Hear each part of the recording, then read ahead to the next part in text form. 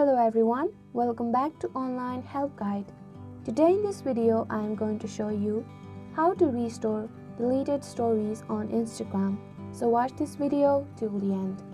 Users can recover recently deleted photos, videos, reels and stories using Instagram's recently deleted function. Your recently deleted folders holds deleted Instagram posts for 30 days. They are then instantly and permanently deleted. So without any further ado, let's get started. Open your Instagram app on your device. Go to your profile by clicking the bottom right icon. Tap the three-line menu symbol in the upper right corner. Tap on Your Activity. On Your Activity page, scroll downwards and tap on Recently Deleted. Click on the circle at the top bar. Here you can see all your deleted stories. Tap the story you would like to restore. Click on the vertical dots on the right corner.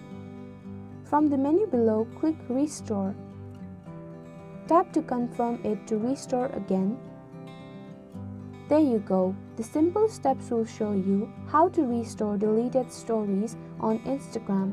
Thank you for watching Online Help Guide. Hope this video was helpful. If it was, then hit the like button and comment down if you have any questions or feedback.